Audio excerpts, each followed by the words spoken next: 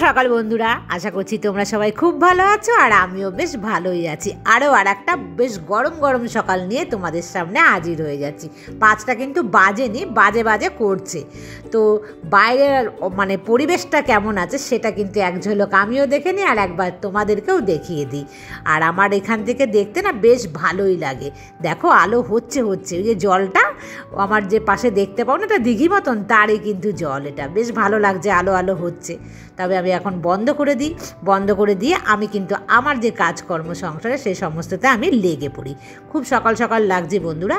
আজকে কিন্তু প্রচুর কাজকর্ম আমি করব, মানে ঘোড়ায় লাগাম দেওয়া যাকে বলে, সেই ঘোড়ায় লাগাম দিয়ে আজকে আমি কাজ করব। ঘরের কাজ, বাইরের কাজ, আর কত কাজ তোমরা আজকে আমার দেখতে পারো। মানে তোমরা তো ভাবো আমি অনেক কাজ করি, আজকে কিন্তু সত্যিই আমি অনেক কাজ করব। তো তোমরা আমার সাথেই থাকো, আশা করি তোমাদের ভালোই লাগবে।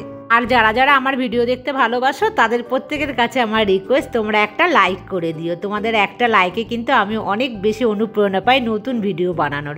আর তোমরা চাইলে কিন্তু আমাকে কমেন্টস করতে পারো, আমি কিন্তু তোমাদের সাথে কমেন্টসে উত্তর দিতে ভীষণ ভালোবাসি। আমার যখন বিয়ে হয়েছিল তখন বাবা তো ড্রেসিং টেবিলটা নিচে দেখতে পাও সেটা দিয়েছিল, খাট আলমারি যা যা সোফা এগুলো দিয়েছিল আমার বাবা। তো সেই জিনিসপত্রগুলো না জানো তখন কিন্তু একদমই আমি যত্ন নিতে পারতাম না, বয়সটা হালকা ছিল। আর এই দেখো বন্ধুরা, এত যত্নের পরও দেখেছো কীরকম ধুলো পড়ে। তোমাদের কিন্তু আমি একটুখানি ক্যামেরাবন্দি করলাম। বয়স যখন কম থাকে আমাদের প্রত্যেকেরই, আমি কি তুমি কি দেখবে, তখন একটা কাজের ধরন থাকে আলাদা, আর বয়স বাড়ার সাথে সাথে একটা কাজের ধরন হয় আলাদা। আমাকে সাকিনা মাঝে মাঝে মানে আগে কমেন্টসে বলতো যে দিদি আমি এত কাজ করতে পারি না, আমার তো এত কাজ করতে ইচ্ছেই করে না, কারণ ও আমার থেকে অনেকটা ছোট। তো ওর কিন্তু সেই এনার্জি ইচ্ছে কোনোটাই আসবে না, এটা বয়সের সাথে সাথে আসে। যখন বিয়ে হয়নি আমার তখন, বা আমাদের বয়সে যারা এখন আছো তারা ভাববে যে কথাগুলো, যে এখন মানে বিয়ের আগে ভাবতাম এত কাজ কি করে আমি করতে পারবো যদি আমার বিয়ে হয়ে যায়। আর আমরা মেয়েরা মানে বিয়ে করে সংসার করব, আমাদের সময় কিন্তু এরকমই একটা মানসিকতা ছিল। চাকরি করব এই ধরনের মানসিকতা কিন্তু খুব কম মেয়েদের মধ্যেই ছিল, মানে আমার সময় বিশেষ করে। আমাকে তো বাড়ি থেকে বিয়ে দিল সবার আগে, মানে আমার যত বান্ধবী আছে সবার আগে যেন আমার বিয়ে হয়েছে। আমার বান্ধবীরা কিন্তু চাকরি করে, কিন্তু আমাকে দিয়ে দিয়েছিল আগে আমার বাবার অসুস্থতার কারণে। সে কারণে কী বলতো, ঘর সংসারটাও ঠিকঠাক হয় না ওই বয়সে, মানে ভালো লাগে না কোনো কিছু করতে। ওই হেলায় ফেলায় কাজ রেখে দিই। কোনো দিন মানে এরকমভাবে যে খাট মুছবো, আলমারি মুছবো, মানে মাসে একদিন কি 15 দিনে একদিন, এটা হচ্ছিল তখনকার কাজ। আমার কিছুই যেন করতে ভালো লাগতো না। আর মানে এখন দেখো যে সেটাকে কিন্তু আমার কেমন একটা অভ্যাসে দাঁড়িয়ে গেছে, কারণ আমার যে বয়সটা এসছে এই বয়সে কিন্তু আমি আমার সংসারের দায়িত্বটা নিতে শিখেছি। তো আমার মতন প্রত্যেকেই তোমরা সেই দায়িত্ব নিতে শিখেছো। তবে আজকালকার মেয়েরা কিন্তু আমি দেখেছি অনেক বেশি জানো তো আপডেট, তারা কিন্তু ঘর গোছাতে সাজাতে ভীষণ ভালোবাসে। আমার থেকেও ছোট ছোট কম বয়সে অনেক মানে বউরা বা মেয়েরা আমি কিন্তু দেখি তাদেরকে, তারা ভীষণ কিন্তু এক্সপার্ট এই সমস্ত বিষয়ে। আর আমি না একটুখানি কেমন না হ্যাদল টাইপের ছিলাম আর কি, মানে এই করবো এরকম একটা ব্যাপার আমার মধ্যে ছিল। কারণ আমার মা না ছোটোবেলায় কোনোদিন আমাকে দিয়ে কোনো কাজ করাতো না, আর আমি সেই কারণে কোনোদিন না কাজ শিখিনি। এই কাজগুলো যে এখন আমি করি তোমরা দেখতে পাও, এই কাজগুলো কিন্তু সমস্তই আমি শিখেছি এই ঘর সংসার করতে করতে। মানে 20-21 বছর হয়েছে আমার সংসার। এবার বলো আর এক্সপার্ট না হয়ে যাব কোথায়, বুড়ি তো হয়েই গেলাম। তো সেই কারণে কিন্তু এখন শিখেই গেছি। যেমন আমার মেয়ে পারবে না, আমি আমার মেয়েকে কোনোদিন করতে দিই না, তো সেই কারণে আমার মেয়েরও কিন্তু কষ্ট হবে শিখতে। তবে যেহেতু এখন একা থাকছে না, অনেকটাই কিন্তু মেয়ে ওখানে শিখে যাচ্ছে আস্তে আস্তে। আর ত্রিপর্ণা করে, ও দেখতে পায়, তো ত্রিপর্ণার কাছ থেকেও কিন্তু ও অনেকটাই শিখেছে। তবে জানো তো আমার মেয়ে যখন আমাকে দেখেছে, যে যখন দেরাদুনে গেলাম বা আমার হাজব্যান্ডকে, মানে মা বাবাকে দেখার পরে কিন্তু সমস্ত না প্রথম একটু বললো ঠিক আছে করতে হবে না, পরের দিন থেকেই দেখছি মেয়ে কিন্তু পুরো বলছে, মানে আমাদের উপরে ছেড়ে দিচ্ছে, এটা ধুয়ে দিও, ওটা করে দিও। ওটা কিন্তু বলছে না তোমাকে দেখলে আমি কাজ করতে পারি না, আমার মেয়ে আমাকে বলছে। আর ত্রিপর্ণা ও কী করছে জানো তো, ওর মা কোনো জিনিসে হাত দিলেই ও খ্যাক করছে, এটা ধরবে না, এটা ধরলে গন্ডগোল হয়ে যাবে, ওখানে তুমি অগোচলো করে দেবে। ও কিন্তু ওরকমই আছে। আর আমার মেয়ে ব্যাস একদিন ছিল ওরকম, পরের দিন থেকেই দেখেছি একদম অন্যরকম, মানে বাড়িতে যেরকম সেরকম। আর মেয়ে এখন কি বলছে বলো তো, মেয়ে বলছে বাড়িতে আসলে মেয়ে ওখানে রান্না শিখেছে আলু চচ্চড়ি। ত্রিপর্ণারা না মানে আমরা হলাম বাঙাল, ওরা হলো ঘটি, তো ঘটিরা কিন্তু খুব আলু চচ্চড়ি পছন্দ করে খেতে। এবার আমার তো বাঙাল বাড়ি, আমার বাড়িতে দেখবে কোনো দিন আমি আলু চচ্চড়ি চচ্চড়ি খাই না। আলু চচ্চড়ি দিয়ে রুটি আমি তো খেতেই পারি না, মানে আলুর কোনো সবজি দিয়েই রুটি খেতে পারি না। আর তিপন্নারা ভীষণ খায় ওই জিনিসটা। তো আমার মেয়ে ওখানে ওকে দেখে দেখে না ওই আলু চচ্চড়ি বানানো নাকি শিখেছে। আমাকে বলেছে বাড়ি গেলে আলু চচ্চড়ি তোমাকে বানিয়ে আমি খাওয়াবো। আমি বলেছি আচ্ছা ঠিক আছে, আলু চচ্চড়ি খাবো। আমি তো আলু চচ্চড়ি রুটি দিয়ে খেতে পারি না, আমি ভাত দিয়ে খেয়ে নেবো। আর মেয়ে জানো তো সেদিনকে সয়াবিন রান্না করেছে, আমাকে ফটো পাঠিয়েছে। মেয়ে প্রথমে বললো মাম্মা মাছকে না আমরা সয়াবিন বানিয়েছি। আমি বললাম পেরেছিস? বলছে যে হ্যাঁ পেরেছি, আর তোমাকে ফটো পাঠাবো? আমি বললাম আচ্ছা পাঠা। দেখছি জানো তো সয়াবিনটা বেশ লাল লাল। আমি বললাম ওটার মধ্যে কি লঙ্কার গুঁড়ো দিয়েছিস? এত লাল হয়েছে কেন? মেয়ে তখন বলছে যে না না লঙ্কার গুঁড়ো দিইনি, ওটা না মোবাইলে মানে ফটোতে ওরকম উঠেছে। আমি বললাম না ফটোতে তো এরকম ওঠার কথা না, লাল লঙ্কা দিয়ে কিন্তু খাস না, মানে লঙ্কার গুঁড়ো দিয়ে। ওরা কী করছে জানো তো দুজনা, মানে দেখতে খুব সুন্দর হবে সেই জন্য কিন্তু ওরা লঙ্কার গুঁড়ো দিয়ে মানে কিনে এনে রাখছে প্যাকেট, সেটা দিয়ে কিন্তু ওরা রান্না করে খাচ্ছে। আমি বারণ করলাম যে খাস না অত লঙ্কার গুঁড়ো দিয়ে, সবসময় সব কিছুর মধ্যে লঙ্কার গুঁড়ো খেলে কিন্তু পেট খারাপ করবে, মানে পেটের সমস্যা হবে, পেটের মধ্যে ব্যথা করবে।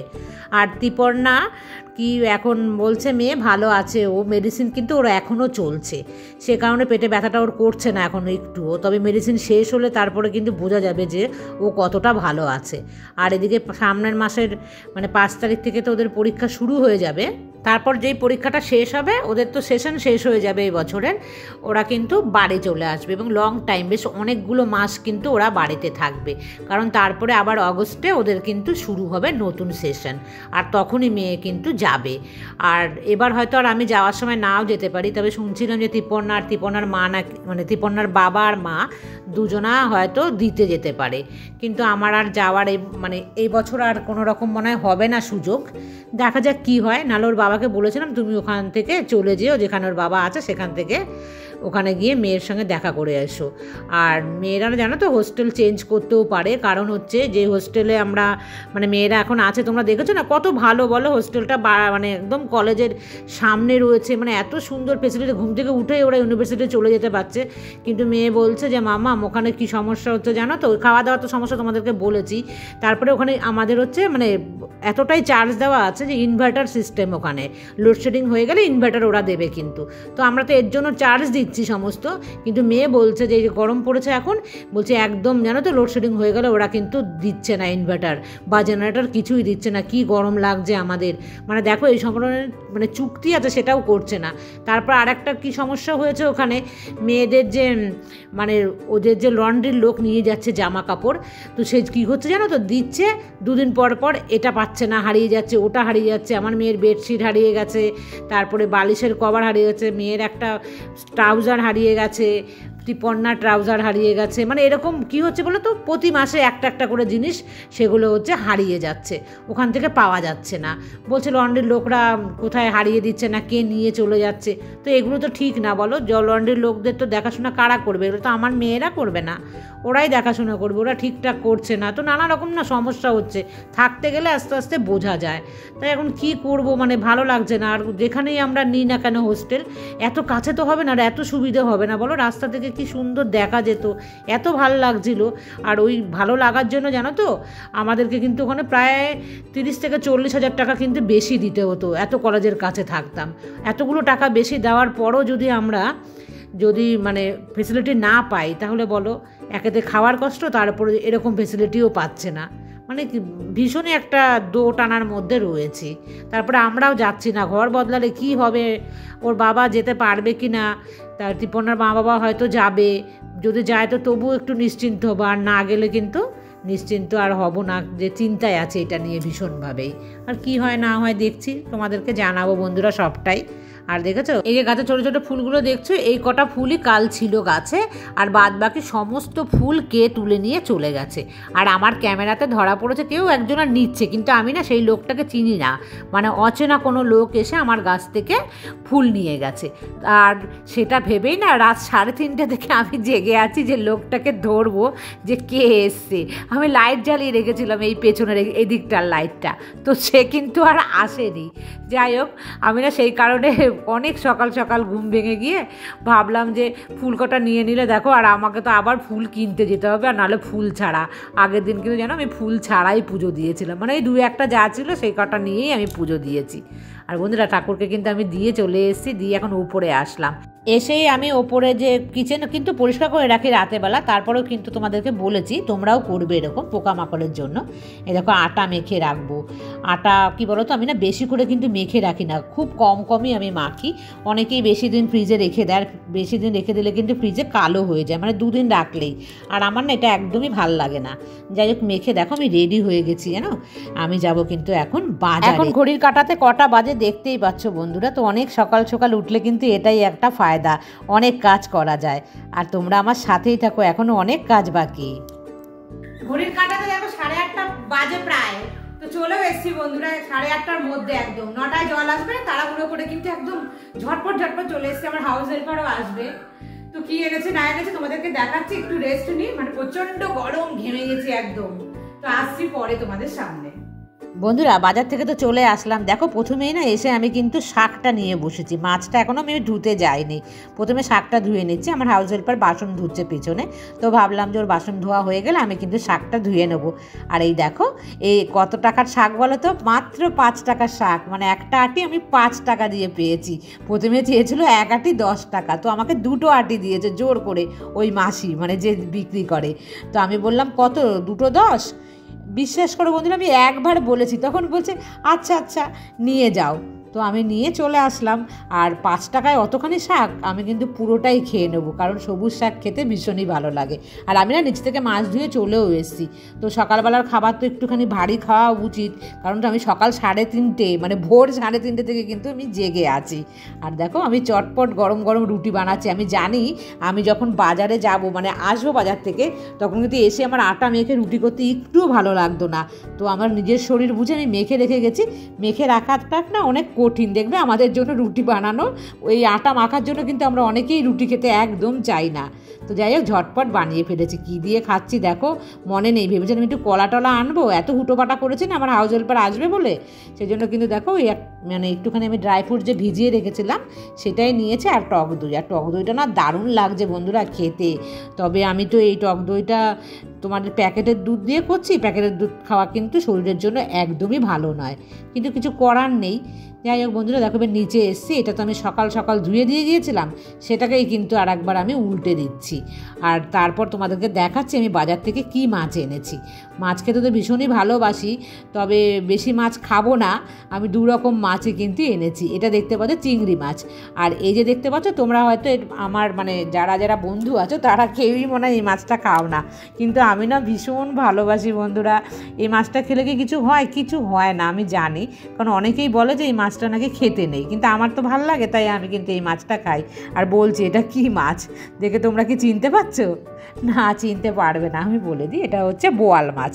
আর বোয়াল মাছ পুরো সলিড থাকে না, খেতে ভীষণ ভালো লাগে।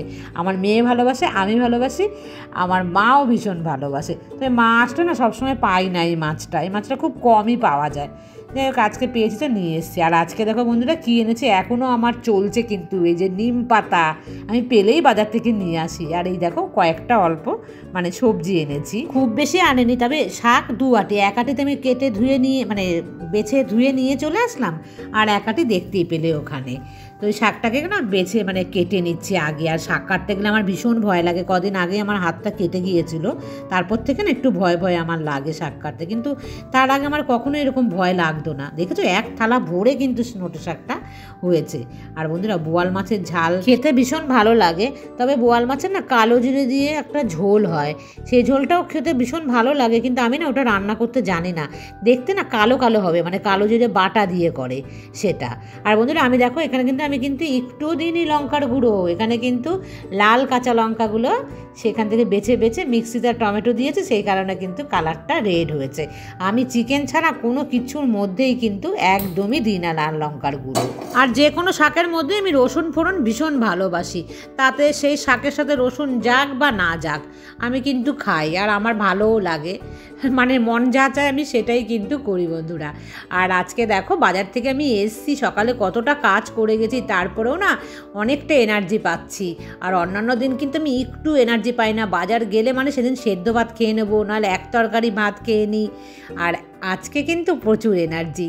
এই এনার্জিটার কারণ হলো বন্ধুরা তোমরা আমাকে এত সুন্দর সুন্দর কমেন্টস লেখো না, আমি কিন্তু সেখান থেকে অনেকটা এনার্জি পাই। আর কাল রাতেই ভেবে রেখেছিলাম যে আমি মানে কি কাজগুলো করব, কিভাবে তোমাদের সামনে আসব। তারপর কি বলো তো, যখন রাতে আর ঘুম হলো না 3:30 থেকে, তখন কিন্তু আমি আরও ভাবলাম যে বসে না থেকে চটপট কাজে লেগে যাই। তারপর দেখো স্নান টান করে আমি কিন্তু আমার গোপুসোনাদেরকে দিয়ে দিচ্ছি পুজোটা। আর আজকে দুপুরের পুজোতে একদম কিন্তু গোপুসোনাদের খুব ফাঁকি দিয়েছি আমি, কিচ্ছু কিন্তু খাবারের মধ্যে দেইনি, জানো তো বন্ধুরা। সব দিন তো সমান হয় না, মানে যেদিন যেরকম হয় আমি সেদিন কিন্তু সেরকমই দিই। আর বাজার এনেছি না, কোনো ফল টল কিছুই আমি আনতেও পারিনি, শুধুমাত্র গোপুসোনাদের দেখো জল আর মিছরি দিয়ে কিন্তু আমি চলে আসলাম, মানে পুজোটা কমপ্লিট করে দিয়ে এসছি। এসে এবার কিন্তু আমি ভাত বসাচ্ছি। আর তোমাদেরকে আগেও বলেছি আমি সবার লাস্টে জানো তো ভাত বসে, কারণ গরম গরম ভাত খেতে আমি ভীষণ ভালোবাসি। যত গরম পড়ুক তার মধ্যেও কিন্তু আমি গরম গরম ভাতই খাবো, ঠান্ডা ভাত আমি একদম পছন্দ করি না খেতে। আর এই দেখো বন্ধুরা, নোটে শাকটা কিন্তু বেশ অনেকটা হয়েছে। ভাতটা বসিয়ে চলে আসলাম এই ঘরে, ভীষণ গরম বন্ধুরা। আজকে তো প্রচুর রোদ উঠেছে, এত রোদে কিন্তু আর কাজ করা যাচ্ছে না। তো ঘড়ির কাঁটাতে এখন কটা বাজে দেখো, এখন বাজে 1:15। তো এই ঘড়িটা 3-4 মিনিট কিন্তু ফাস্ট আছে। ভাতটা বসিয়ে দিয়ে চলে এসেছি একটুখানি এসির নিচে, যে এত গরম লেগে গেছে। আর সকাল থেকে তো মানে ঘোড়ার মতন দৌড়ে দৌড়ে আমি সমস্ত কাজগুলো সেরে ফেলার চেষ্টা করেছি, কারণ জানি ও বেলাতে কাজ করা যাবে না। তো যা করার এই বেলাতেই কিন্তু বুদ্ধি করে চটপট কাজগুলো করে ফেলতে হবে। আর আমি করেও ফেলেছি, কিন্তু ঘোড়া এবার হাঁপিয়ে গেছে, প্রচুর ঘাম হচ্ছে। তো একটু রেস্ট নিই, তারপরে মানে ভাতটা হয়ে যাবে, আমি রেস্ট নিতে নিতে তারপরে কিন্তু খাবো। তো কি রান্না করেছি তোমরা মোটামুটি দেখেছো। ঠিক আছে, আবার খাওয়ার সময় তোমাদের সামনে আসবো। আর বন্ধুরা দেখো তো আমি রোগা হয়েছে কিনা। কাল পায়েল আমাকে বলেছে, কাকিমণি তুমি একটু রোগা মনে হয় হয়েছো, তবে দেখো তো একটুও মনে হচ্ছে না যে আমি কমেছি। তবে একটু কিন্তু কমেছি, কারণ আমার ওয়েট মেশিন বলছে আমি একটু কমেছি, তবে খুব সামান্য কমেছি, সেটা বলার মতো নয়। আর একটু বেশি কমে নিক, তারপরে আমি তোমাদের সাথে শেয়ার করবো যে আমার কতটা উঠেছিল ওয়েট আর কতটা নামাতে আমি পারলাম। শাক, তার সাথে জানো তো ভেন্ডি সেদ্ধ নিয়েছি, আমার ভেন্ডি সেদ্ধ খেতে খুব ইচ্ছে করছিল। আর এখন থেকে না এই এসিতেই বসে কিন্তু খাবো রোজ দুপুরবেলা। এখন কিন্তু 2টো বাজেনি বন্ধুরা, আর আমার খাওয়া কমপ্লিট হয়ে গেল। আর এই টক দইটা না খাইনি, এঁটো করিনি, কিন্তু আমি সাইডেই রেখে দিয়েছিলাম। তো এখন এটা বসে বসে খাবো, তারপরে একটুখানি আমি রেস্ট নেবো, মানে একটুখানি শোবো। তো বন্ধুরা আজকের মতন এই পর্যন্তই রাখছি ভিডিওটা। আবার তোমাদের সাথে দেখা হবে নেক্সট ব্লগে। আর ততক্ষণ তোমরা সবাই ভালো থেকো, সুস্থ থেকো আর সাবধানে থেকো। টাটা।